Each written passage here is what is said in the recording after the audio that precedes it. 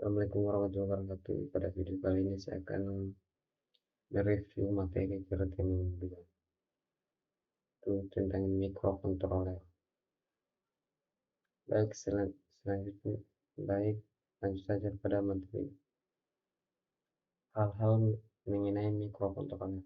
Yang pertama, arsitektur, yaitu front end element architecture, memiliki sebuah data bus yang digunakan untuk fetch, instruksi, dan data.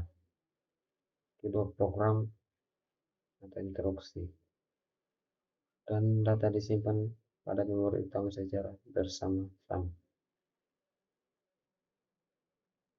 Yang kedua, hardware architecture, itu memiliki bus data dan instruksi yang terpisah, memungkinkan eksekusi dilakukan secara bersamaan.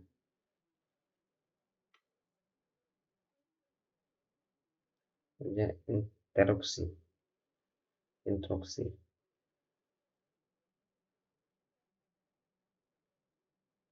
KISS atau Complete Instruction Set komputer memiliki lebih dari 80 instruksi. Adanya instruksi yang bekerja seperti sebuah makro, sehingga memungkinkan untuk menggunakan sebuah instruksi menggantikan beberapa instruksi sederhana lainnya. Selanjutnya, RAID, yaitu Restricted Instruction Set komputer, menggunakan jumlah instruksi yang lebih sedikit dibandingkan CISC. Keuntungan dari RAID adalah sederhana desain chip yang lebih kecil, jumlah pin sedikit, dan sangat mengkonsumsi daya. Selanjutnya, memori, EEPROM atau Electrically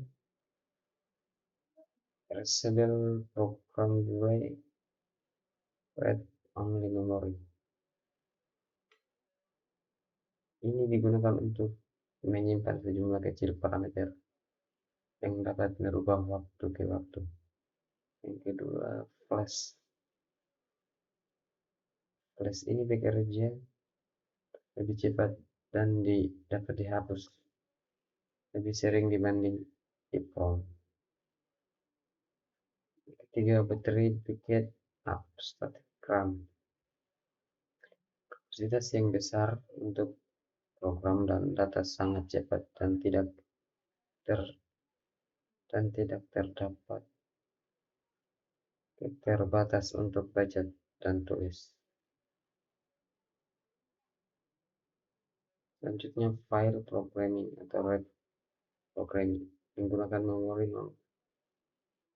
non-volatile untuk menyimpan program akan memungkinkan microcontroller tersebut untuk diprogram di tempat.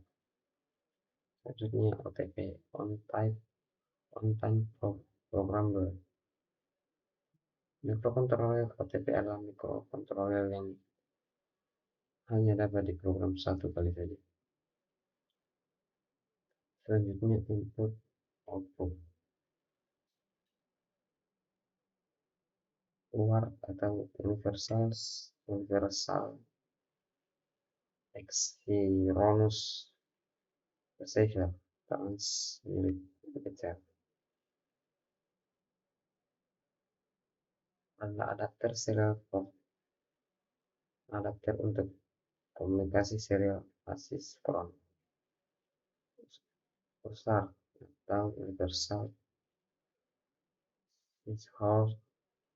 Asynchronous Receiver Transmitter merupakan adapter serial port untuk komunikasi serial sinkron dan asinkron.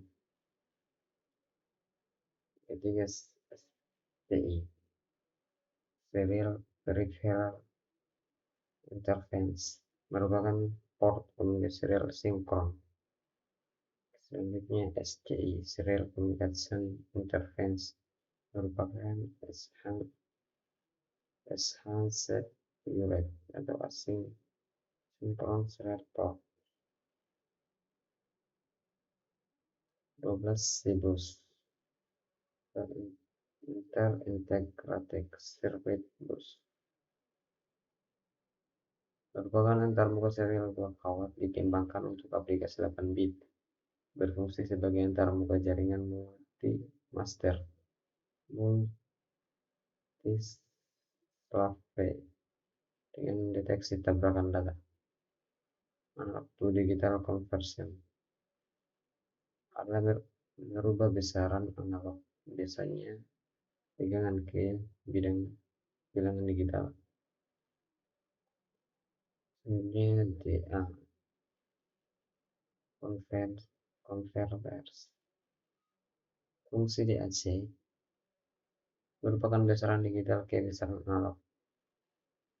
Selanjutnya komparator. Komparator ini bekerja seperti IC komputer. Komparator biasa tetapi sinyal input outputnya terpasang pada bus mikrokontroler. Selanjutnya interupsi merupakan metode yang efisien bagi mikrokontroler untuk memproses peripheral. Mikrokontroler hanya bekerja memproses peripheral tersebut hanya pada saat terdapat di peripheral tersebut. Macam-macam interupsi. Yang pertama max kabel interupsi. Dengan max kabel interupsi kita dapat bebas memilih untuk menggunakan satu atau lebih interrupts.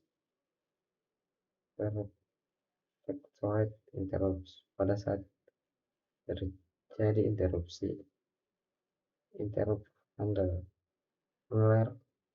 secara otomatis akan memindahkan program pada alamat tertentu yang telah ditentukan sesuai dengan jenis interupsi yang terjadi.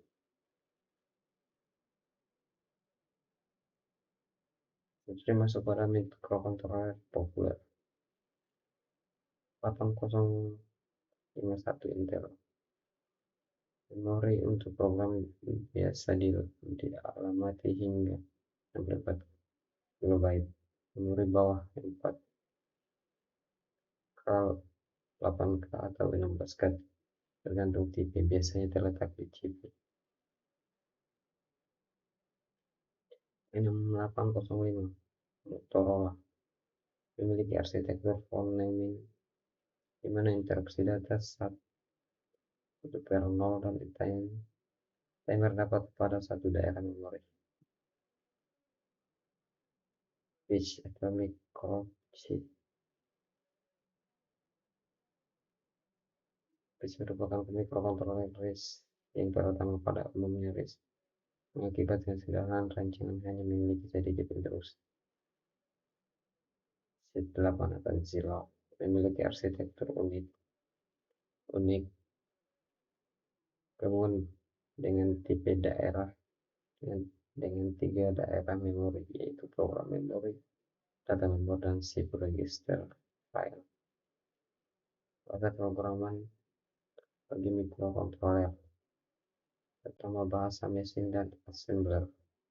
Bahasa mesin adalah satu-satunya bahasa yang dimengerti oleh mikrokontroler. Bahasa ini tidak mudah untuk dimengerti oleh manusia. Bahasa assembly merupakan bentuk bahasa mesin yang bisa dimengerti oleh manusia. Pemrograman dengan menggunakan bahasa assembly menghasilkan program yang kecil dan cepat.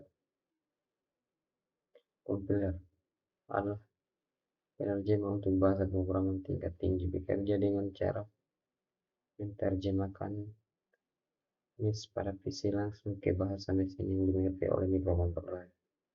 Salah satu kompiler yang banyak digunakan saat ini adalah C. Alat bantu pengembang terutama simulator adalah mensimulasikan atau menirukan kerja mikrokontroler pada fisik. Langkah yang dikerjakan serta apa yang terjadi ketika program dijalankan dan dapat diamati di layar PC. Kedua, debugger resident. Debugger resident menjalankan program pada mikrokontroler itu sendiri dan pada saat bersamaan menampilkan hasilnya pada komputer induk atau PC. Ketiga, emulator adalah peralatan yang bekerja dengan berpura-pura sebagai mikrokontroler pada saat bersamaan dia mengambil informasi untuk ditampilkan. Mikrokontroler keluarga 8051. Mikrokontroler 8051 merupakan keluarga mikrokontroler MCS51. Mikrokontroler keluarga 8051. Fasilitas yang terdapat dalam chip mikrokontroler 8051 diantaranya adalah 2 timer counter, 4 port parallel input output, 5 sumber interpret control logis. Mikrokontroler keluarga 8051 pertama, register utama. Akumulator sebagaimana namanya digunakan sebagai register umum untuk mengimulasikan hasil dari instruksi. Register R dan B. Register R adalah register ini digunakan sebagai register pembantu penyimpanan data dan dalam banyak operasi. Register B sama dengan akumulator. Dalam hal dia menyimpan sebuah harta 8 bit.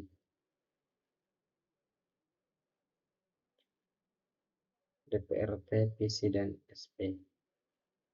DPRT atau data pointer adalah salah satunya register yang dapat diakses 16 bit di dalam keluarga 8031. PC atau program counter adalah alamat 2 byte yang memberitahu 89C51 di mana instruksi selanjutnya akan dilaksanakan. SP atau stack pointer mampu menyimpan 8 bit atau 1 byte dalam data. Mode pengalamatan immediate addressing. Mode pengalamatan immediate addressing sangat umum dipakai karena harga yang akan disimpan dalam memori langsung mengikuti kode operasi dan memori. Direct addressing. Dalam mode pengamatan direct addressing, harga hanya akan diambil langsung dalam alamat memori lain. Indirect addressing. Mode pengamatan indirect addressing sangat berguna karena dapat memberikan fleksibilitas tinggi dalam pengamatan suatu harga. Terakhir, selanjutnya timer. Tiga fungsi umum yaitu menghitung waktu antara dua kejadian. Kedua, menghitung jumlah kejadian sendiri. Yang ketiga, membangkitkan baud drive untuk port serial. Sekian video dari saya. Wabillahi taufiq wal hidayah. Wassalamualaikum warahmatullahi wabarakatuh.